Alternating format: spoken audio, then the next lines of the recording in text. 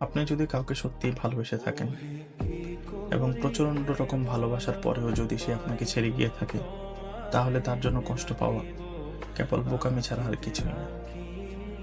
কষ্ট তো তার পাওয়া উচিত যে আপনাকে এত ভালোবাসার পরেও ছেড়ে গিয়েছে, শুধুমাত্র একটু উন্নত জীবনের জন্য। আসলে ভালোবাসার মানুষকে মুক্ত পাখি বিহঙ্গের মতো ছেড়ে দিতে হয়, যাতে সে বুঝতে পারে কেউ আপনার মতো ভালোবাসে কিনা, কেউ আপনার মতো তাকে বুঝতে পারে কিনা।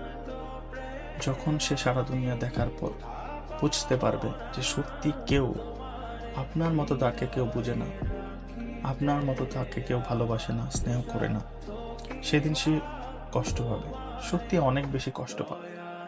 আপনি আজকে তাকে হারিয়ে তিলে তিলে নিজেকে যেভাবে শেষ করে দিচ্ছেন, যেভাবে কষ্ট পাচ্ছেন, তার থেকে হাজার গুণ বেশি কষ্ট সে পাবে। কারণ ভালোবাসা কখনোই ঋণ রাখে না, সময় ঠিকই তার লেনা চুকিয়ে নেয়। বর্তমানে এই পৃথিবীতে সত্যিকারের ভালোবাসা সত্যিই অনেক দুর্লভ। আর যে কারোর মন ভেঙে দিয়েছে, মন ভেঙে কেউ কোনোদিন সুখী হতে পারে না এবং সেও পারবে না। আপনি হয়তো তার অবজ্ঞা অবহেলায় আজকে কষ্ট পাচ্ছেন, সেটা সাময়িক।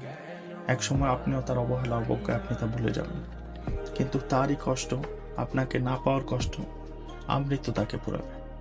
সবশেষে একটা কথাই বলতে চাই, পৃথিবীর সকল ভালোবাসার জয় হোক এবং ভালো থাকুক সকল ভালোবাসার মানুষগুলো। আল্লাহ হাফেজ।